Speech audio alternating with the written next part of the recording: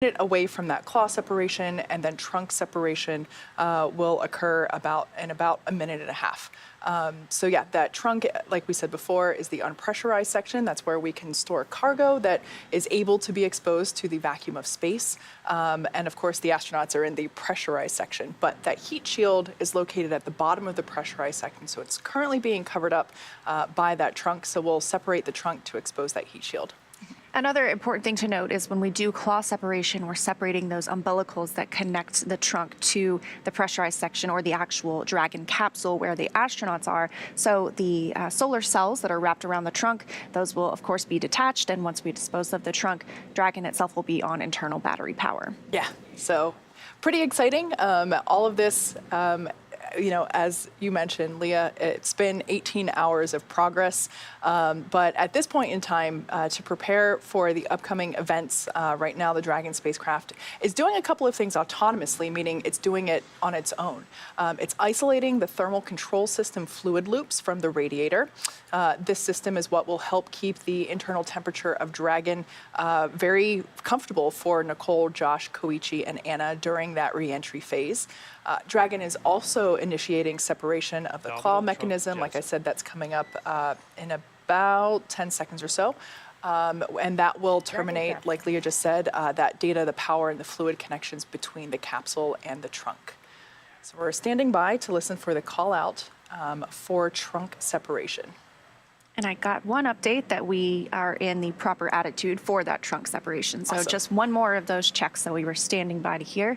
Again, we are just in a waiting game until we have that claw and trunk separation. But that nominal trunk jettison.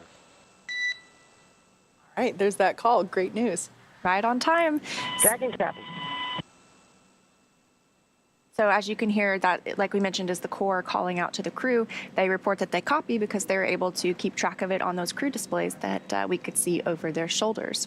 So again, the claw and trunk just separated. The claw is where those umbilicals for power and telemetry are from the trunk, and its solar arrays connect to the capsule.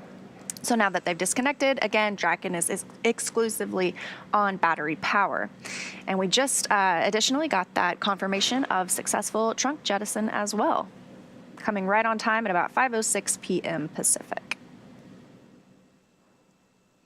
So with that trunk separation, telemetry is looking good. The nitrox system is primed for cabin and suit cooling, and the heat shield is now exposed. The trunk is no longer needed.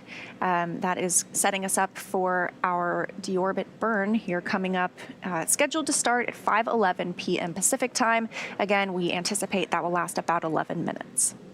Yeah, that burn is an important one. That is what commits the crew to that location. Like we said, we're setting up for a landing off the coast of Tampa, Florida.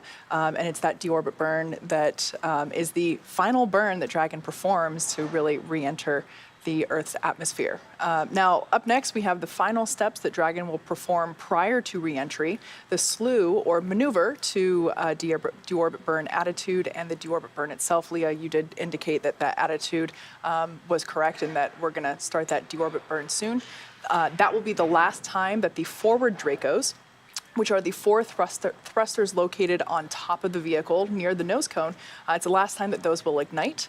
The deorbit burn will place Dragon on a precise trajectory to return to the splashdown zone off the coast of Florida. And like Leah said, it'll last about 11 minutes once it begins. And again, we're tracking that to come around 5:11 p.m. Pacific, so 8:11 p.m. Eastern time. And we are actually under an hour now until our anticipated splashdown time. So when we say things are happening fast, they are happening pretty fast. But again, this is an autonomous flight like we've seen with Dragon in the past. And our 4 crew members are riding comfortably, it appears. Their visors are still up. Once we get closer to that deorbit burn, we anticipate to hear a call from the core to the crew to go ahead and lower their visors just as a precautionary measure ahead of that major burn. That's right. And the crew has already completed the required suit leak checks. It's basically when they pull all the zippers up, close the visor into the locked position, and the Dragon spacecraft pressurizes or basically flows a little bit of that air into the suits and holds it at a certain pressure for a certain amount of time, usually a couple minutes, just to make sure that those suits are basically all the zippers are in place and that seal with the visor is functional, and really just making sure that the spacesuit provides its own individual environment for the crew member during the more dynamic events of today's procedures. So like Leah just said, we can see that those visors are still up, but we know that they've already completed the suit leak checks, had 4 good leak checks there.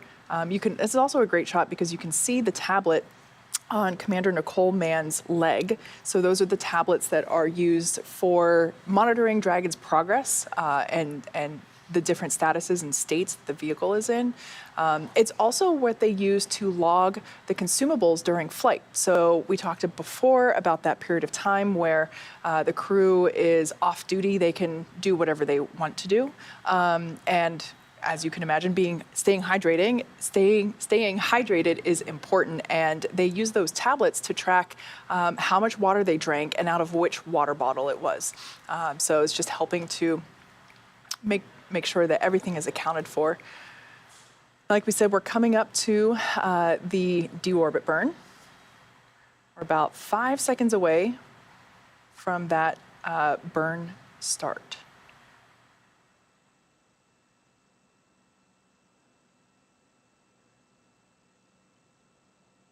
Now again, this is going to be an 11-minute burn, approximately. Just over 11 minutes. It's pretty large. We've got to slow the astronauts down from orbital velocity at 17,500 miles per hour and put them on that track to Tampa, Florida, in that splashdown. If you look, you can see the windows near Josh Cassada's feet. Actually, it's in the background, but it's bright. It's clearly they're in an orbital daylight. But when you're traveling at orbital velocity, 17,500 miles per hour, you see a sunrise and a sunset every 45 minutes. And if you look on their crew displays, it looks like you can see some of the thrusters are firing. So sounds like the deorbit burn is underway. Again, started right on time at 5:11 p.m. Pacific, targeting about 11 minutes for that burn. We're looking at about 10 minutes and 20 seconds remaining in that deorbit burn. Within just the last 10 minutes, Dragon jettisoned its trunk. It initiated that deorbit burn about 2 minutes ago now. So for these operations, NASA and SpaceX closely coordinate with the United States Coast Guard and have established a safety zone to ensure public safety, safety of those involved, and in the recovery operations, as well as, of course, our crew on board the returning spacecraft. So multiple notices are issued to the mariners in advance and during recovery operations. And Coast Guard patrol boats are deployed to discourage boaters from entering the splashdown zones. So we want to take a moment to stress to the public the need to respect this safety zone. Recovering a spacecraft from the water is a hazardous operation. And so any other boats interfering in this process can increase risk to the astronauts in the capsule, those teams working to recover them from the water, and of course, even the safety of any public boaters. So for the safety of the crew and yours, we recommend tuning in here. Just sit back and watch. We're going to give you the best views of our astronauts on their way home. Mm-hmm. Like I mentioned earlier, this deorbit burn is the last time those 4 forward Draco thrusters will fire. Dragon Endurance has not yet entered the Earth's atmosphere. This deorbit burn is what will line the vehicle up and put it on its final trajectory to the landing site off the coast of Tampa, Florida. As you can see on your screen there right now, Nicole, Josh, Koichi, and Anna are using their screens to keep tabs on that burn duration, the Draco thruster firings, which you can see lighting up on those displays in front of them, the trajectory details like the entry angle, capsule perigee, and how much distance remaining until deorbit burn termination. So in that center screen, you can actually see their trajectory, their planned trajectory there. Dragon is flying itself, so all that the crew has to do is stay strapped in their seats and keep tabs on things, which I know for me personally, I love looking out windows when I'm traveling, especially in airplanes. And so I imagine if I were flying, this part would be really hard for me because I just want to get out of my seat and look out the window. Those last few space views, I'm with you. I'm always a window seat girl. Now, with Nicole, Josh, Koichi, and Anna ready to deorbit and splash down back on planet Earth, they'll be heading to one of 7 targeted sites supported by SpaceX and NASA. All of these sites are located off the coast of Florida, either in the Gulf of Mexico or the Atlantic Ocean. Spreading the supported sites across multiple locations actually helps to maximize the return opportunities for this mission and future crews, lowering the chance that we'll have to wave off due to bad weather. So pretty helpful. Yeah, absolutely. So yesterday, NASA and SpaceX together selected primary and alternate splashdown locations. Obviously, our primary, as we've discussed, is off the coast of Tampa, Florida, and the alternate is Daytona. This selection process works with a lot of different variables, including the space station's orbital trajectory, the landing sites available, and favorable weather, as you mentioned. Of course, how much free flight capability Dragon has for the trip home, and the sleep schedule for those returning crew members. We'll start with calculating daily return options based off of the space station's current orbit and Dragon's capabilities to maneuver and line up for re-entry. The time from undock to landing at the primary site can vary from less than 6 hours to more than 39. Getting home the quickest comes with some obvious benefits, but we always have to make sure that the crew is properly rested for dynamic operations, preventing us from scheduling 20-plus hour days for them. Trajectory and ballistics experts provide the daily opportunities that would line up Dragon with the 7 landing zones and split them into what we call ascending and descending opportunities. Dragon uses its Draco thrusters after leaving station to execute a series of altitude-lowering maneuvers and to line up with this selected primary site. But it can also change to different alternate sites while in free flight if sudden weather moves in that we need to avoid. That's something we're constantly looking at as weather, so we make the final call to proceed about 2.5 hours before the crew undocks. For the Crew 5 return, as always, we look at a number of weather items. Some of those more obvious ones are no rain or chance of lightning in the recovery zone, both for the safety of the crew in the capsule and the recovery teams on the water.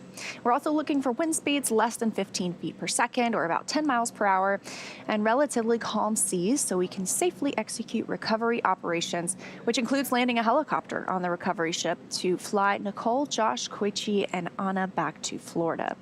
Now, I have heard the weather described in 4 different ways for this Tampa site.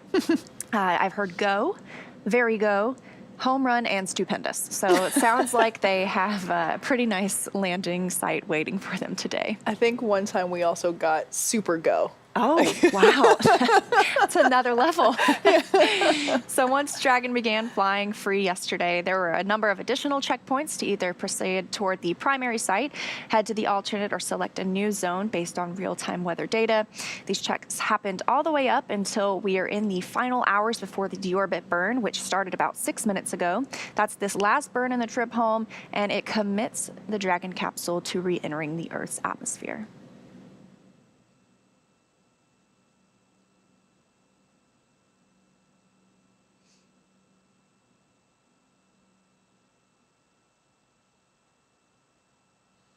Before we go any further, let's go ahead and take a minute to meet our crew. First up is Nicole Mann on the left side of the screen there. She's the California native who holds a Master of Science in Mechanical Engineering and is a colonel in the Marine Corps. She was an FA-18 Hornet and Super Hornet test pilot and deployed twice aboard aircraft carriers in support of combat operations in Iraq and Afghanistan. Nicole was selected by NASA in June 2013 and in the years that followed led the astronaut corps in the development of hardware in the Artemis program. She is the Dragon commander for Crew 5, which was her first space flight. She's right there in the foreground of the shot monitoring this deorbit burn, and she is also the first Native American woman to stay on the International Space Station. Sitting next to Nicole is Josh Cassada, who grew up in Bear Lake, Minnesota. The physicist and U.S. Navy test pilot flew 23 combat missions and later became an instructor at the U.S. Naval Test Pilot School, which is a common path military officers to take to join NASA. Cassada is one of more than 100 graduates who became astronauts going back to the Mercury program. On Earth, he served as capsule commander in mission control, but for his first space flight on Crew 5, he has served as pilot on Dragon. In the role of mission specialist, you can't see him here. He's to the left of Nicole. That's Japanese astronaut Koichi Wakata. Koichi has a doctorate in aerospace engineering and in 1996 became the first Japanese mission specialist aboard the Space Shuttle Endeavour for STS-72. In addition to his current mission, Koichi flew 4 Space Shuttle missions, a Roscosmos Soyuz, and was on a long-duration stay aboard the International Space Station.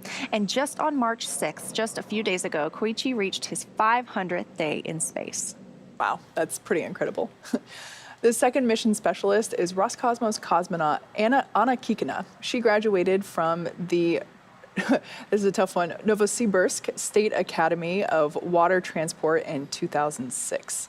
In 2012, Anna officially became a candidate for the position of test cosmonaut. Crew 5 was Anna's first flight into space as part of the resumption of integrated crews on U.S. crew spacecraft and the Soyuz with the Russian State Space Corporation, Roscosmos. Now we are still in that deorbit burn. Those crew members now about 42 minutes away from that targeted splashdown time of 9:02 p.m. Eastern time. It looks like we have about 2 minutes left, maybe a minute and a half in that deorbit burn, but things are going well so far. All of those 4 Draco engines firing for the last time before closing that nose cone and preparing the capsule for reentry. There on your screens, you can see the crew is continuing to monitor Dragon's progress in this deorbit burn.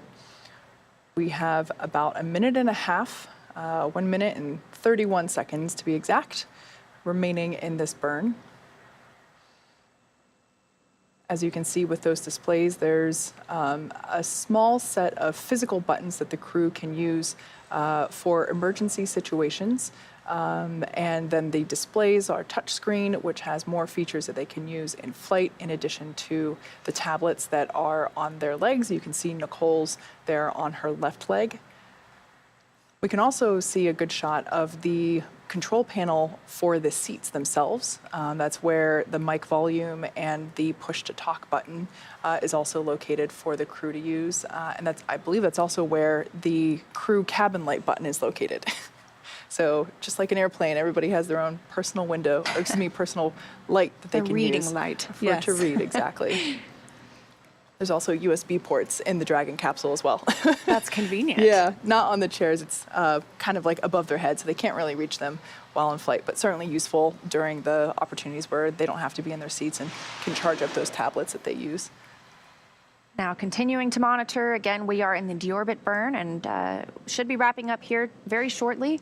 Crew members just monitoring as this is a completely autonomous flight. 10 seconds remaining in this deorbit burn.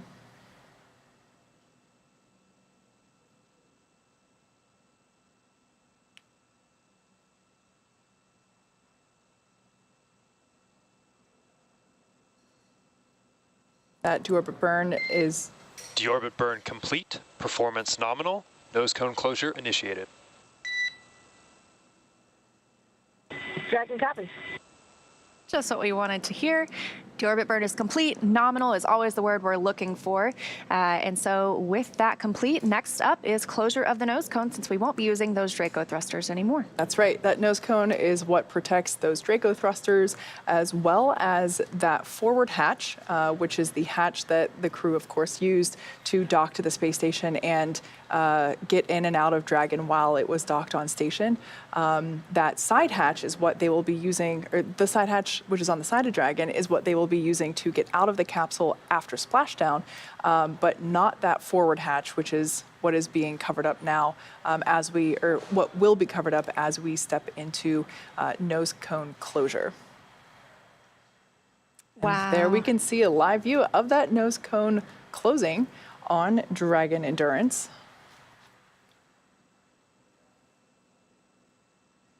So in the Dragon is currently inhibiting those forward bulkhead Draco thrusters that we just used to complete the deorbit burn. Those are inhibited now, I should say, meaning that it was safe to latch the nose cone shut. And the vehicle has initiated the nitrox suit purge. This will help keep Nicole, Josh, Koichi, and Anna cool and comfortable during re-entry, which is coming up in about 20 minutes. At this point, like we saw, the nose cone is closing, protecting the forward hatch for reentry. So Nicole, Josh, Koichi, and Anna are using their screens to continue monitoring the locking of the nose cone, which is done by a set of hooks. That's exactly right. Now we have a live view there of Mission Control Hawthorne, actually located just to the side of Leah and I. That is where the calls are coming from that we hear to the crew, coming from SpaceX Core Mike Blasco. Another view there of that nose cone closing. There's about another minute and 14 seconds remaining in the nose cone close. But yeah, those calls that we hear to the crew and basically communicating status of what's happening or what has completed, that comes from that room that you see there on your screen. We're standing by for the confirmation of nose cone closure. We are now about 18 hours since undock yesterday. So we've mentioned that the crew has had time to rest, relax, maybe eat a little bit, take a nap. But right now are monitoring the continuation of nose cone closure, just waiting on that call out to the crew. About 30 seconds remaining now to nose cone close. As we said before, since we won't be using the 4 forward Draco thrusters, and obviously the hatch is sealed and shut, we are able to close that nose cone.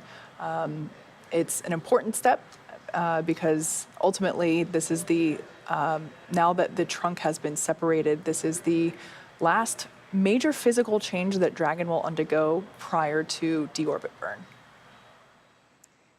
Dragon that the 5 crew members are flying on today is named Endurance. It was dubbed that by the Crew 3 crew in honor of the endurance shown by the NASA and SpaceX teams as they were building and training, or building the spacecraft and training the crew through the pandemic. So I thought that was a really nice way to honor both the teams. Very fitting for sure. So we're standing by for the call out to confirm that the nose cone has been closed. Again, this is the last major physical change that Dragon undergoes prior to that deorbit burn, or excuse me, prior to re-entering the Earth's atmosphere. They've already completed the deorbit burn itself. Yes. So this nose cone closure is an important, one of the last steps prior to that re-entry. That deorbit burn really commits us to returning to Earth. There's not really any waving off after that happens. And as we mentioned before, we are targeting a splashdown off the coast of Tampa, Florida. And a look here at both teams monitoring the mission. Over on the left is Mission Control in Hawthorne, and on the right is Mission Control at NASA's Johnson Space Center in Houston, Texas. Home sweet home. They were in joint operations while Dragon was docked to the International Space Station and until the spacecraft exited the approach ellipsoid. So now the teams are continuing to watch the re-entry of the spacecraft and prepare to welcome the astronauts home, but in a monitoring mode now, since we are obviously quite a ways away from the International Space Station itself. And as for the crew on the International Space Station, they are in a sleep period right now, but they do have the opportunity to watch these broadcasts and watch their friends arrive back on Earth. So hopefully if they're watching, they still take some time to get a little shut-eye later tonight. So at this point in time, the nose cone is closed. We're just waiting for that to be called out to the crew. From the SpaceX core, next up will be to initiate that nitrox suit purge. Again, that just helps to keep the crew super comfortable during that re-entry period.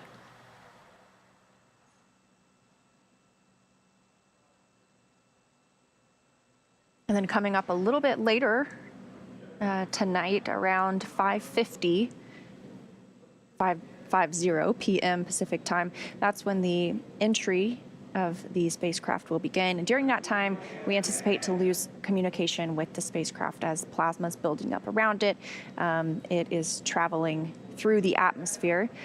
Eventually, we will regain that signal and communication with the crew members. But of course, Dragon knows exactly what it's doing that entire way home. They are just monitoring and getting closer and closer to splashdown. Again, targeting splashdown for 9:02 p.m. Eastern Time, 6:02 p.m. Pacific, off the coast of Tampa, Florida.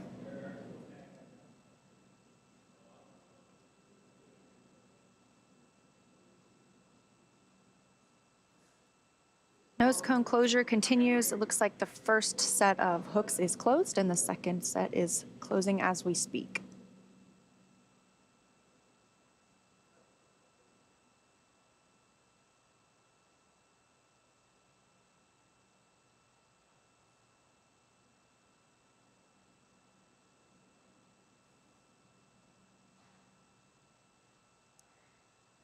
For our 4 crew members on Crew 5, for 3 of them, this was their first space flight. So Nicole, Mann, Josh Cassada, and Anna Kikina are all coming home with 157 days in space.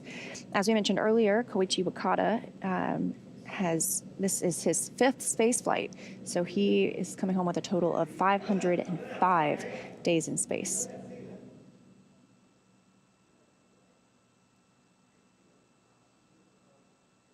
And in following along with the procedures that the crew are stepping through. Nose cone secured for entry.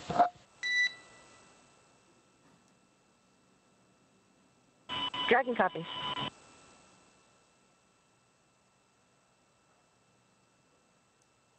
And there is that confirmation of nose cone closure that we were standing by for.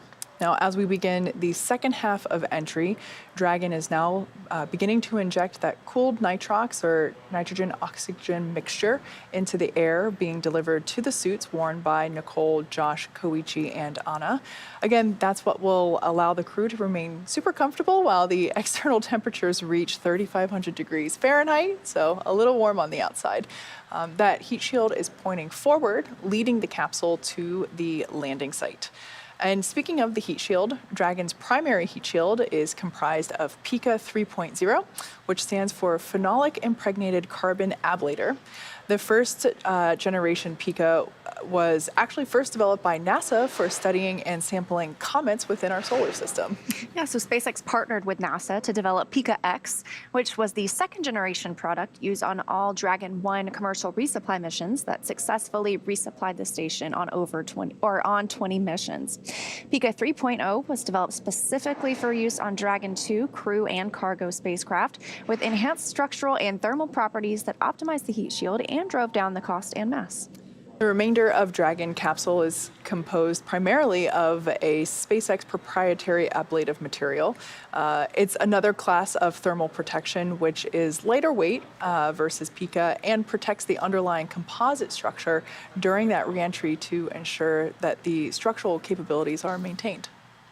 So while Dragon will experience temperatures well over 3,000 degrees Fahrenheit during peak re-entry conditions, the characteristics of the thermal protection systems, also referred to as TPS, coupled with the environmental cooling and life support system, which we refer to as ECLIS, that's in the pressurized interior, that will ensure that Nicole, Josh, Koichi, and Anna stay cool and comfortable during all phases of re-entry through splashdown. After Crew Dragon Endurance has re-entered the Earth's atmosphere, a series of parachutes will deploy to slow the crew's descent. The first will be 2 drogue parachutes, followed by the 4 main chutes to guide Dragon to its first contact with Earth since launching in April last year. Dragon will automatically deploy these parachutes when different pressure and positioning sensors on the capsule detect that they are at the right speed and altitude. The vehicle velocity at the drogue deploy parachute timing is about 350 miles per hour. So they deployed about 18,000 feet. Now the vehicle velocity when the main parachutes deploy is at approximately 119 miles per hour. They'll deploy at about 6,500 feet. And when we have our water splashdown, the spacecraft is traveling cool and comfortable, approximately 16 miles per hour. So the highest G load we expect the crew to experience during reentry is about 3 to 5 Gs. So again, with nose cone closure, we don't have a whole lot of visual changes, like you mentioned, that we will see. And our crew members are already in their suits and in their seats, as we had a preview of earlier. So coming up next will be our anticipated loss of signal around 5:48 p.m. Pacific time. The crew just got an update on that from CORE here in Hawthorne before we started the broadcast. So again, when we're in that entry period and plasma is building up around the spacecraft, it makes it hard for us to communicate back and forth. So during that time, we won't have communication with the astronauts or the spacecraft itself. However, again, Dragon is fully autonomous and continues guiding those crew members to our splashdown site in Tampa. That's right. That expected loss of signal, or LOS, as you'll hear it called out, is coming up in 14 minutes on the dot, actually. And it's something that happens every time one of the Crew Dragon capsules returns to Earth. It lasts only a few minutes, but it's something that we will hopefully at that time be able to have some views of Dragon as it is re-entering the atmosphere. But of course, after that, that entry point, like we mentioned before, those parachutes will deploy shortly thereafter, starting with those 2 drogue parachutes, followed by the main parachutes, which are those beautiful orange and white big parachutes that we just love to see during that re-entry. And of course, the recovery ship tonight that will be recovering the crew from the waters off the coast of Tampa is Shannon, named in honor of Shannon Walker, who flew on the Crew 1 mission back in 2020. Can't believe it's been 3.5 years now. So at this point in time, as we mentioned before, we are a few minutes away from the next major milestones, about 12 minutes and 45 seconds from that anticipated LOS. We are taking your social questions from social media. If you have one, be sure to use the hashtag #AskNASA, and we'll try to get to them as we can. Sometimes, especially after Splashdown, there's some waiting periods. So we'd love to take some questions. We have a couple already. What's going on, Facebook Live? What that first one is. This one comes to us from People want to come up here, you know, and keep... At what number is the space station at capacity? Are there interactions between the crew from different countries? That's a great question. I think the fact that it's called the International Space Station is definitely indicative of those interactions that take place among the crew while they are on station. I personally love seeing photos of the crew whenever they're sharing meals together. If they can, I've seen photos where they like to bring up food from that is representative of their country or their culture and share it with the other crew members on board. It's just something I love seeing the crew do. Yeah, absolutely. And of course, different cultures have different holidays as well. So sometimes they share those sorts of traditions. And it's definitely the International Space Station. Sometimes they work together on projects or even on spacewalks. Our JAXA astronaut, Koichi Wakata, went out on, I believe, 2 spacewalks with Nicole Mann, our NASA astronaut, during their stay at the International Space Station. So a lot of working together while they are on board. And of course, there's a lot of work going on the ground between our partner countries as we prepare for these missions.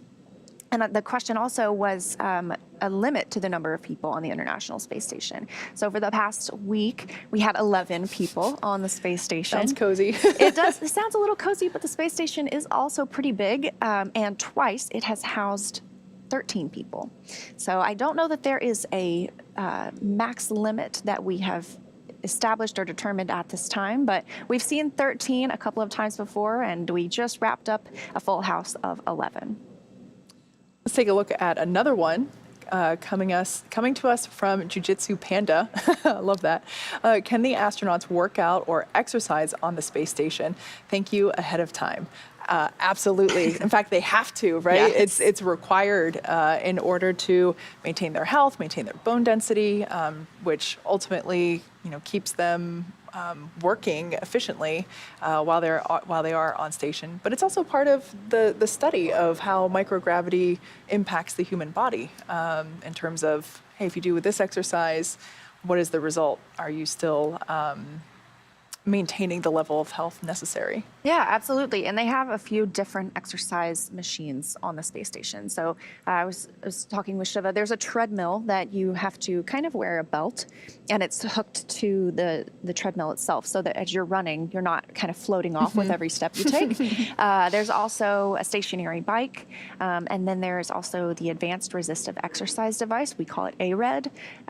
It can be modified so that you can use it to do arm workouts, leg workouts, anything from bicep curls to squats, even ab workouts. So they've done a great job at providing options up there, and the crew members are assigned to each one. So they don't get to choose a favorite and only get on the treadmill every day. They have to make sure that they're also maintaining their muscle mass and their bone density with a little bit of weightlifting as well.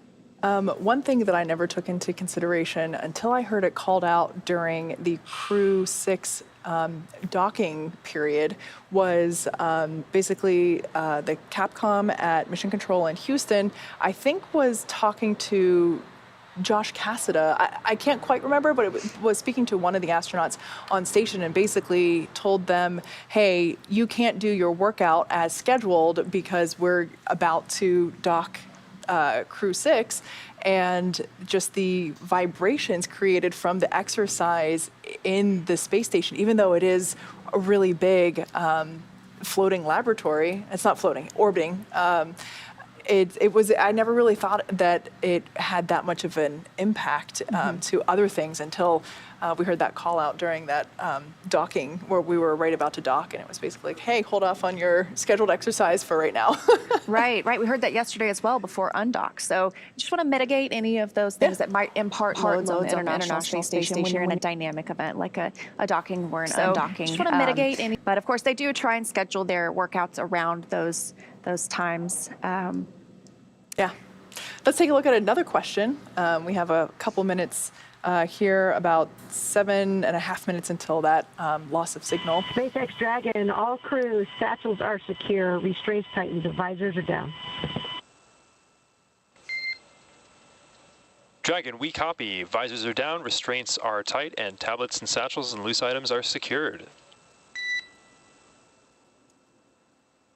All right, good call out there, just indicating that the crew has everything in place, locked away, make sure nothing can escape its secure location during the re-entry portion, and the visors are down. So basically the crew is locked and loaded, ready to come home. Taking a look at this question coming to us from Taniko wow, this is tough. Tiniko Tikza Baloy, I apologize for not pronouncing that correctly. When the Dragon approaches Earth, how do you make sure that it does not collide with airplanes in flight? That's a great question. So part of the process to launch a spacecraft or bring it home is basically to get a license from the Federal Aviation Administration, or the FAA, and basically request that airspace and sea space be quarantined off in a keep-out zone, basically, so that aircraft and sea vessels are not in danger during this phase. So yeah, it's a great question, because you really have to think of, because the Earth is a sphere, it's a globe, it is a three-dimensional process to re-enter the atmosphere. It's not just coming back down to Earth. It is that three-dimensional space, that airspace that has to be cleared and saved, basically. Great question. That is a good question. And I've seen some pretty amazing pictures before of people in commercial airplanes as they are en route somewhere and can see one of the spacecrafts lift off. So I would love to have that opportunity someday. Same. Although with how often we're launching out of Cape Canaveral and Kennedy Space Center, it's certainly more likely now than it ever has been to catch a rocket launch from your window seat while flying into Orlando Airport. Another question coming to us, this one from Joshua Green. How do the departing astronauts make sure they don't accidentally leave any of their stuff on the International Space Station? And has anyone forgotten anything up there? Well, there are checklists to make sure that the astronauts don't leave anything on the space station. And of course, I'm sure something has been left behind at some point, but there's always somebody going up and coming back down, so maybe one of their friends is kind enough to bring it back for them. The crew members themselves have a very limited amount of space of what they can choose to take up. I've heard it referred to as maybe like a shoebox size, so they might take up photos or jewelry or special mementos for their friends or family back home. So those things I'm sure they keep close personal track of, but then additionally there is a lot of cargo or scientific research that is loaded back onto Dragon before it comes home. So there are teams specifically dedicated to tracking the locations of items on the International Space Station and make sure that our crew members load them up before it's time to come home. That's a good question. That is.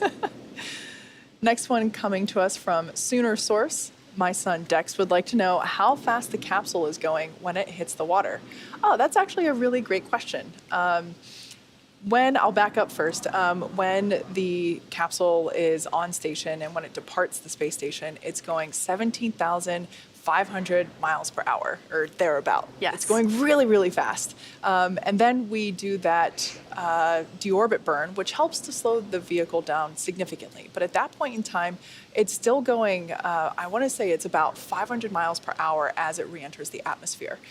That heat shield that we talked about before is actually going to do a lot of work that gets converted into the form of heat, that plasma that builds up, and actually slows it down. So the Earth's atmosphere is actually going to help us out in slowing the vehicle down even further as it re-enters the Earth's atmosphere. And then we have those two sets of parachutes. Oh. Dragon, SpaceX for entry briefing.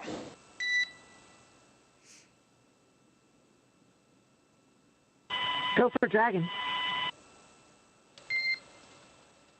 Okay, just to give you a quick update here for timeline, we are tracking no deltas in terms of vehicle status. Only item to note is that you may get the AGPS alerts when you come back out of blackout. Just wanted to give you an update that if those have the SDC at the end of it, there's no concern. It has no impact on Dragon's automated chute deployment sequence. How copy?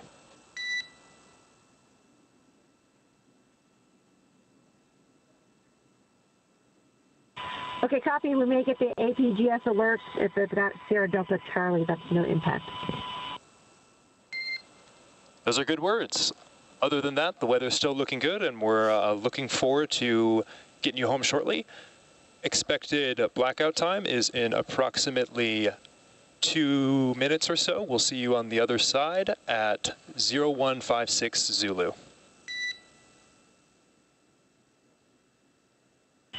Copy. See you on the other side. Wow, we got to that anticipated blackout time pretty quickly. So again, that's coming up at about 5:58 p.m. Pacific time, about 5:48 p.m. Pacific time. And so about 30 seconds from now, we will be out of communication with the astronauts and the Crew Dragon capsule during that time. The Corps mentioned an AGPS potential alert coming up after they require signal. That is the Absolute Global Positioning System. They had a couple of pop-ups earlier, but as you heard the Corps tell the crew, those are not of any concern for them. Additionally, I got a good report for everything on Crew Dragon, looking good as we head into this entry period. There was one ground item we were monitoring that the Corps discussed with the crew earlier this evening.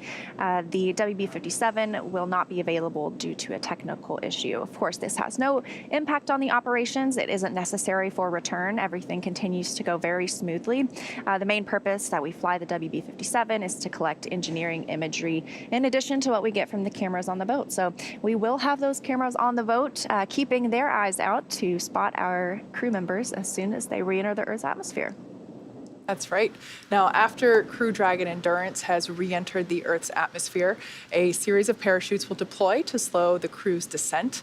First will be the 2 drogue parachutes, followed by the 4 main chutes to guide Dragon to its first contact with Earth since it launched. Dragon will automatically deploy those parachutes when different pressure and positioning sensors on the capsule detect that they are at the right speed and altitude. And we were just talking about these speeds. So the velocity at the drogue deploy point, we've slowed down to 350 miles per hour. Those deploy at about 18,000 feet. That is quite different from the 17,500 miles per hour we were just traveling before the deorbit burn. Yeah. And then the velocity at the time of main parachute deploy is about 119 miles per hour. Those will deploy at about 6,500 feet. And then that gentle water splashdown, we will be traveling at about 16 miles per hour. So again, that highest G load we think is around 3 to 5 Gs. So they should be pretty comfortable just monitoring again as all of those parachute deploys are autonomous. Again, we are in that communications blackout period. It's just begun. That's right. We're expecting that to last about 7 minutes due to the formation of plasma around the spacecraft. During that time, no vehicle telemetry is received by mission control or the recovery team, and no external commanding of the vehicle or voice communication is possible. As a reminder, Dragon is designed to fly itself, though. During reentry, the vehicle will be slowing down from the orbital velocity of 17,500 miles per hour. The top temperature that Dragon will experience upon that reentry, in terms of the exterior temperature, is around 3,500 degrees Fahrenheit. So as we mentioned before, we expect this blackout period to last several minutes. We are basically now in that reentry period, and we anticipate this we anticipate getting that signal back in about 5 minutes from now. This is moving pretty quickly because we are anticipating those drogue parachutes to deploy at about 5:58 p.m. Pacific time. So really just 7 minutes from now. We're looking at splashdown around 11 minutes from now. So this is a very quick timeline. A lot of things happening in rapid succession as our crew members come home. But again, we've heard good reports so far, and we are awaiting that acquisition of signal in around 4.5 minutes. Now, one thing that if we were able to get views inside the Dragon capsule, which, like we said before, because of that plasma buildup, we are unable to get those views. But if you were watching earlier in the webcast, you did see those crew displays, those touchscreen panels that the crew was using to monitor the health of the capsule, the state of what was, the state of command for what the Dragon capsule was actually executing. As of right now, they also now have a little map that shows where they are and how much further they have to go for this reentry. They will be able to follow along with the anticipated deployment of those parachutes. One thing that the crew is trained to do is be aware of the surroundings. And of course, when those parachutes deploy, because they are slowing the capsule down, there is a small jolt that occurs during that deployment. And so, and also whenever they splash down, you'll also hear brace for splashdown or brace for impact. That is just the crew being aware and just getting ready, holding on to their seats for those moments where there's a little bit more of a noticeable feel to where they are in their seats. Right, and I think it's very interesting after watching so many splashdowns, whenever we have main parachute deploy, they don't open to their full ballooned shape right away. They do something called reefing. So they open up quite slowly, or sometimes it appears that way. That way, that jolt is not, it's not exaggerated any more than it has to be. So they open up slowly and slow the spacecraft down again to about 16 miles per hour. Again, we're in the anticipated loss of signal. There's 2 minutes or about somewhere between 2 and 3.5 minutes remaining. Sometimes it's hard to tell exactly when we'll be able to get that signal back, but in about 3 minutes, we will start hearing the core reach out to the crew to see if they can make that connection. Once again, the loss of signal is expected, totally normal due to that buildup of plasma around the exterior of the capsule.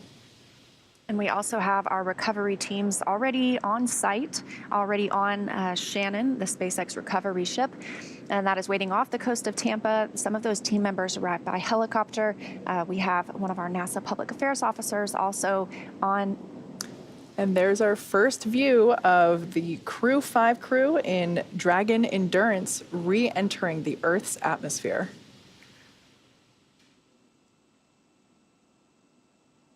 So this is a view from the recovery ship itself of Crew Dragon re-entering Earth's atmosphere. Of course, we still do not have communication with them because you can see that plasma buildup as they are coming through the atmosphere, that heat shield doing all of the work to ablate that heat as it builds up around the capsule. So again, as we mentioned, you see the movements here. That's the ship camera moving and continuing to track the spacecraft during re-entry. We anticipate reacquisition of signal in just a couple of minutes from now. As Kate mentioned, it can vary on when we get that timing. But great to already have a view of our 4 astronauts, or 3 astronauts and 1 cosmonaut inside as they are headed home. There will also be a couple of sonic booms during that time frame. Dragon, SpaceX, comm check. So as I mentioned, the SpaceX core. SpaceX Dragon, we have you loud and clear. We have you the same. Good to have you back. Expect automated chute deployment. Dragon, copy. You know, it's incredible to know that the voice we're hearing is coming from that Wow. gorgeous ball of light. And all of the other little points of light you see around it, they appear to be streaking on the camera a little bit. Those are stars. Obviously, that beautiful bright light in the middle, that's Crew Dragon Endurance coming home after 157 days in space. We are standing by for drogue parachute deployment. That'll be in about 2 minutes, but we already do have acquisition of signal. That came, again, a little bit earlier than we expected. So That's right, it is did. a little hard to target sometimes. GPS has converged. Expect nominal altitude for drogue chute deploy. Dragon, copy.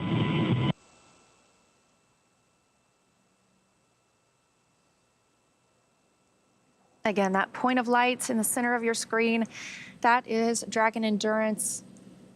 Another, a different view. This one infrared coming from the recovery ship. As we were mentioning, all of those team members that are ready to recover the astronauts are on the ship. They're in position. It'll take just a little bit for them to move in toward the capsule once it lands, but they all have a very important and distinct role to play, either retrieving the capsule or helping the astronauts egress, and they are all standing by. At this point in time, Dragon Endurance is about to deploy the drogue parachutes.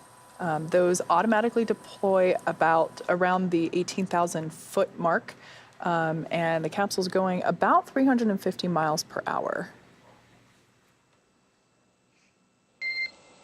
Brace for drogue window. Dragon, brace. So just a call out there to let the crew know that they are approaching that window where the drogue parachutes will automatically deploy. And just prior to the deployment, Dragon automatically safes the propulsion system and then deploys the parachutes to stabilize and help decelerate the spacecraft. So like we said, we're getting ready for those drogue parachutes to deploy on Dragon.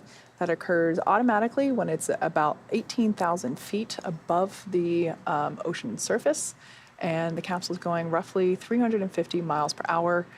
In that view before, there was a difference in, here we can see, it's no longer quite streaking like it was just moments ago, or minutes ago, I should say. Like I said before, it looks like those drogue deploys are now Yep. We got Visual on 2 healthy drogues.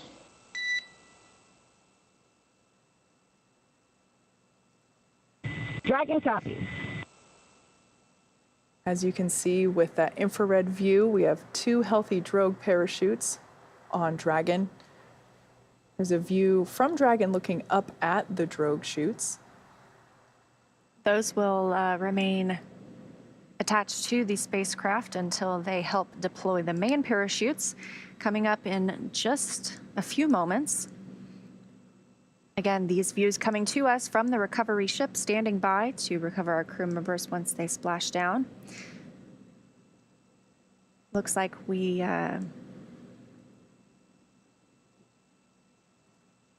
It looks like we have main parachute deployment there.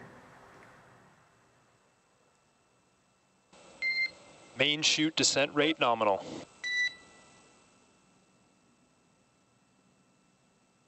Dragon copies, 1,000 meters. A beautiful, Copy, 1,000. beautiful view there from that recovery vessel of Dragon Endurance with those 4 healthy main parachutes. At this point in time, the capsule's going about 119, or was going about 119 miles per hour when those were deployed, and they also deployed about 6,500 feet. So these main parachutes will help slow the vehicle down even further to about 800 meters. Copy, 800. so that we'll hear from the crew about how far they are above the surface of the water. So there we just heard that call out for 800 meters. The capsule is slowing down further and further. By the time that it actually splashes down, it'll only be going about 16 miles per hour. It's fascinating to think that just minutes ago, really, they were in outer 600 meters. space Copy, 600. and are now just 600 meters above Earth. Again, we are targeting a 9:02 p.m. Eastern Time, splashdown 6:02 p.m. Pacific. So that is the next major milestone for us today, now that we have 4 healthy main parachutes all deployed. Things continue to look good aboard Dragon. That's right. We're about a little less than a minute and a half away from the crew splashing meters. down. Copy, 400 meters. Once again, we are targeting a splashdown off the coast of Florida near Tampa. So this is what we would consider a Gulf landing. And those strobes of light on your screen, those are spotlights coming from the recovery vessels as they continue to track Dragon Endurance. 200 meters, crew brace for splashdown. Copy, 200 and braced. Commander Nicole Mann giving out that call as we are standing by for splashdown off the coast of Tampa, Florida.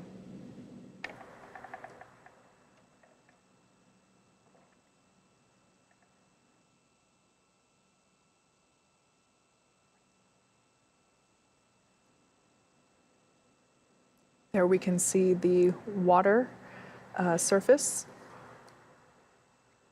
Dragon Endurance coming closer and closer.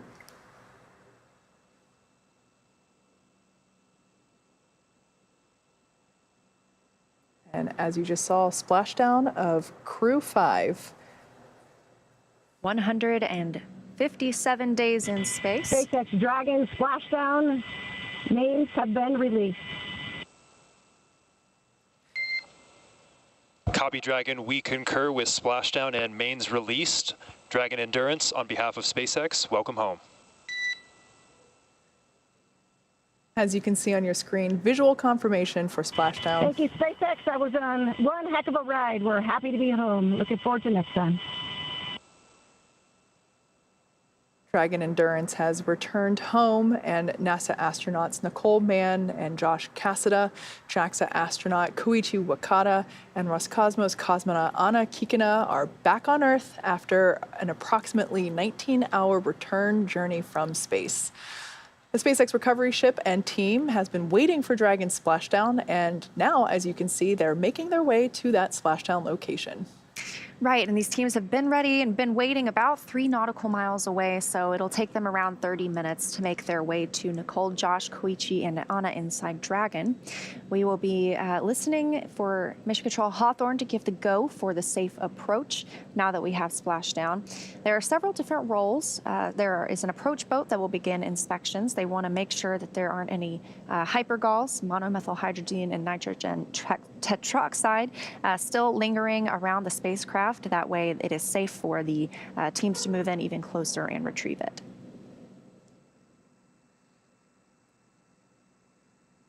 Yeah, the crew will basically approach the capsule and they use what's basically a sniffing device, a device that can detect those levels of MMH and NTO. They are toxic to breathe, and so this is a super important step to complete. SpaceX Dragon, looks like we are in stable 1, although a little tough to... Copy that, Dragon. We concur and are happy to report that the recovery personnel have also confirmed stable 1. Awesome, thank you.